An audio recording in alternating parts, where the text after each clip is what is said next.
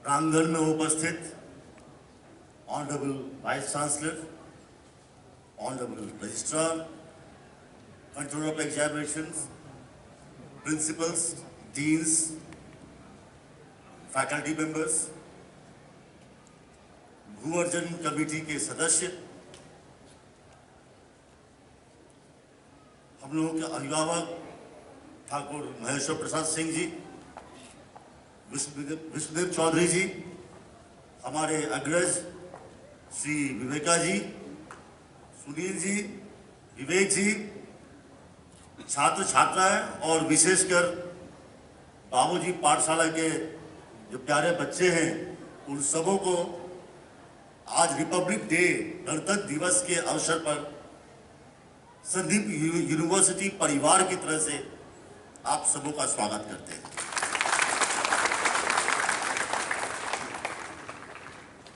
माननीय विजय साहब ने कहा था सर आपको 2 शब्द बोलना है, मैं आपको 2 शब्द ही बोलूंगा बिकॉज और ही बहुत कार्यक्रम है और वापस हॉल में भी आपको संबोधन करना है।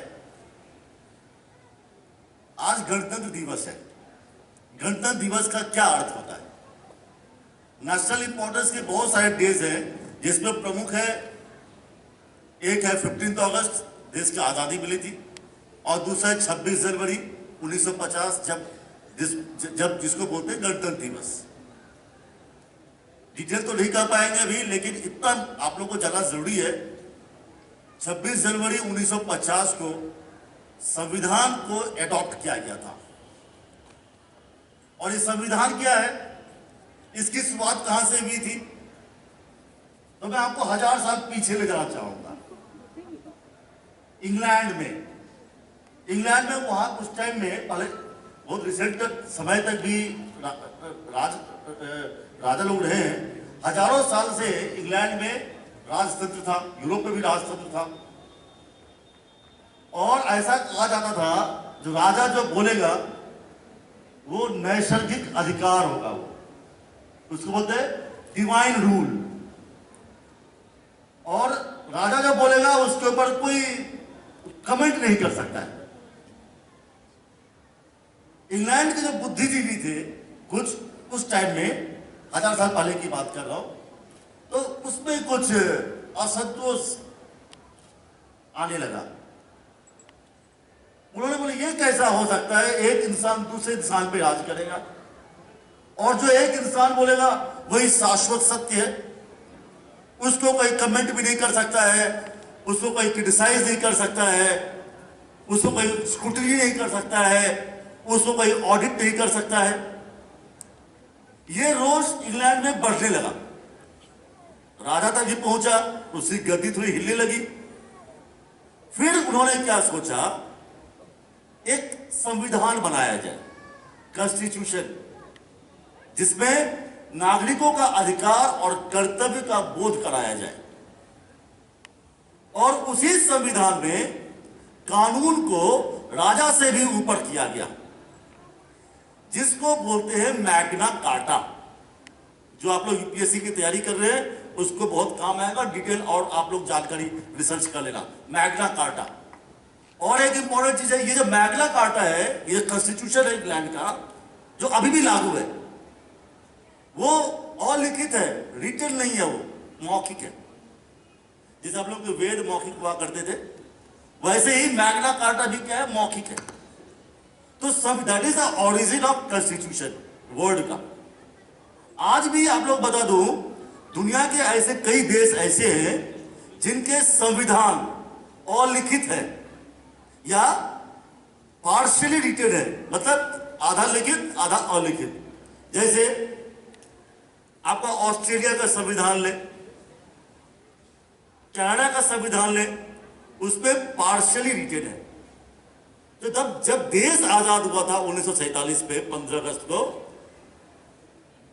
तो सबसे पहले ये विचार आया, एक जीके क्वेश्चन है, ये सबसे पहले विचार आया मिस्टर M.N. रॉय, जो कम्युनिस्ट लीडर थे, उनके दिमाग में सबसे पहले विचार आया जो देश को संविधान की जरूरत है।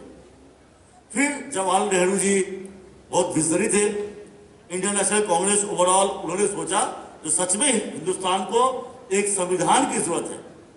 संविधान को, और संविधान चाहिए कैसा? लिखित संविधान चाहिए। लिखित, आपको बता दूं, हम लोग का जो संविधान है सबसे विस्तृत संविधान है वर्ल्ड का, और रिटन है। रिटन है, वो कैलीग्राफी किया हुआ है, उसका प्रिंटिंग नहीं है, वो हाथ से लिखित है, कैलीग्राफी किया हुआ है। और लिखित क्यों होना चाहिए?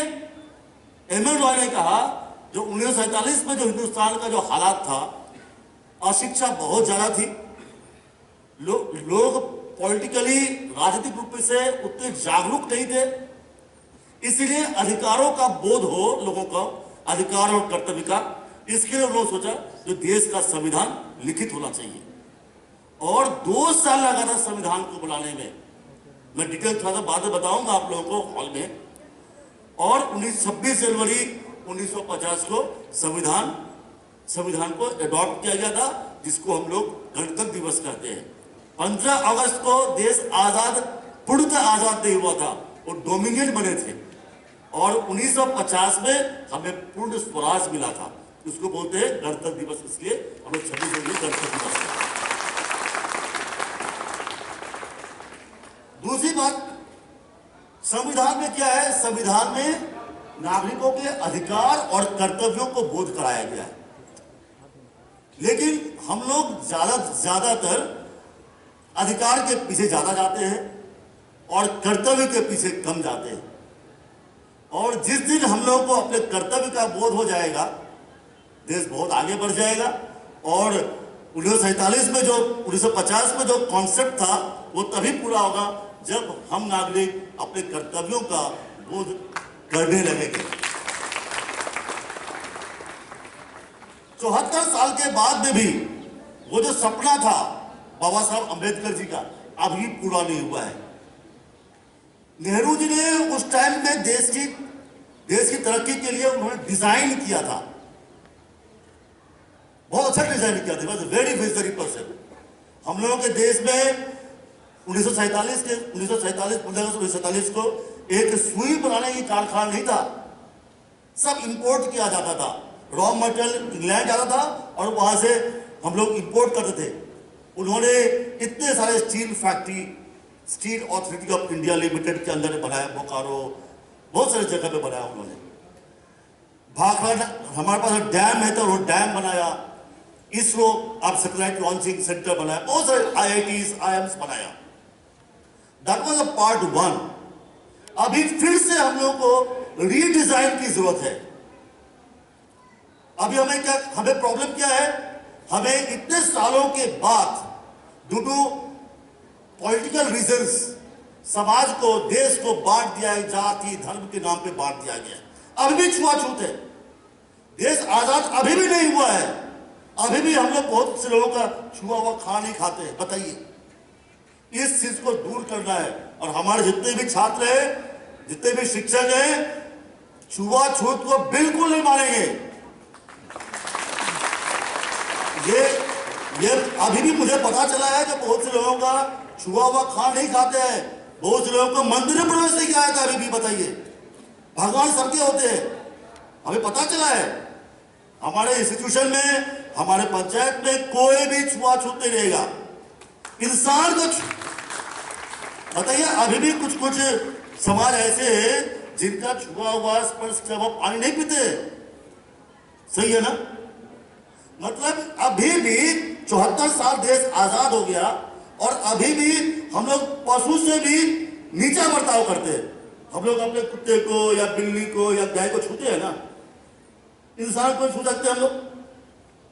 ये एक बहुत बड़ा एक समाज के नाम पे एक धब्बा है आप लोग के समाज के नाम पे। इस चीज को दूर करना है, छुआछूत को। एक जाति पाति के नाम पे कोई भी हम लोग बात नहीं करेंगे। ये यादव है, ये ब्राह्मण है, ये अदर कास्ट है, बिल्कुल नहीं। जब तक ये रहेगा तब तक सपना नहीं पूरा होगा। ये रीडिजाइनिंग की जरूरत है, जहां पे देश में छुआछूत का हो, जाति के नाम पे बंटवारा न किया जाए, राजनीति न की जाए जाति के नाम पे। हम लोग यहाँ पे जाति के नाम पे वोट दिया जाता है, ये यादव का कैंडिडेट है, ये ब्राह्मण का कैंडिडेट है, सब लोग उसके, ये मुस्लिम कैंडिडेट है, सब उसके के पीछे वोट देते हैं। इसको बंद करना पड़ेगा। सबसे मुश्किल काम है इलिटरेसी, अशिक्षा। ये अशिक्षा जो है ये पोलियो से भी खतरनाक बीमारी है, बता देता हूं। अनएम्प्लॉयमेंट, बेरोजगारी। हम लोगों को इस रीडिजाइनिंग में 100% इलेक्ट्रिसिटी चाहिए, ये हम लोग का अधिकार होना चाहिए। 100% इंटरनेट चाहिए, ये अधिकार होना चाहिए रीडिजाइनिंग में। और अगर ऐसा रहेगा तो हम लोगों का जो 1950 में बाबा साहब अम्बेडकर जो सपना देखा था तब भी पूरा हो सकता है और भारत हमेशा फिर से विश्व गुरु बन सकता है। लास्ट इंडिपेंडेंस डे में, पिछले इंडिपेंडेंस पे हमने कहा था हमारे पंचायत को फुल्ली लिटरेट पंचायत बनना चाहिए, और उसी तहत हम लोगों ने बाबूजी पाठशाला पहला शुरू किया था यूनिवर्सिटी की तरफ से। हमें 5 बाबूजी पाठशाला पंचायत में करना है। पंचायत के मेंबर्स लोग हैं, हम आप लोगों से रिक्वेस्ट करना चाहेंगे हमें और 4 पंचायत का 4 पाठशाला का लोकेशन दें और कोऑर्डिनेट दें, जो जल्द से जल्द हमको शुरू करने का है। और हम चाहेंगे, मैं मुखिया जी से मैं निवेदन करूंगा, जो दूसरे पाठशाला का लोकेशन बताए वो कोऑर्डिनेटर रिकमेंड करें। जो सेकंड पाठशाला मैं इसी विजिट में करना चाहता हूं, और मैं चाहता हूं 2023 के अंत तक 5 पाठशाला पूर्णतः शुरू हो जाए 100%। 2 चीज और मैं छात्रों को बताना चाहूंगा। एक होता है gross enrolment ratio in primary education, और दूसरा होता है gross enrolment ratio in higher education. तो gross enrolment ratio in primary education Bihar में ठीक ठाक है, लेकिन सिर्फ नामांकन तक है, सीमित है। इलिटरेसी पूरा का पूरा खत्म नहीं हुआ है, और ग्रॉस एनरोलमेंट हायर एजुकेशन वो तो और भी कम है, बहुत कम है।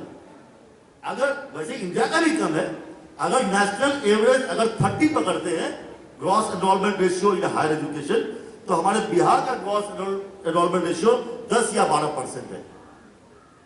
तो हम लोगों को जैसे जैसे हम लोग 100% लिटरेसी की तरफ जा रहे हैं, हम लोग को 100% gross enrolment ratio in higher education भी करना पड़ेगा। क्यों ऐसा होता है? बच्चे स्कूल जाते हैं, छोटे बच्चे, लेकिन स्कूल में पढ़ाई ठीक से नहीं होती है तो ड्रॉप कर जाते हैं, हायर एजुकेशन में जा नहीं पाते। मैं अपने माननीय भाई साहब को बहुत बोलूंगा, जो हम लोगों को यहाँ के बच्चों के लिए, जो 10th के बच्चे हैं या हायर सेकेंडरी के बच्चे हैं, उनके लिए भी वर्कशॉप करें।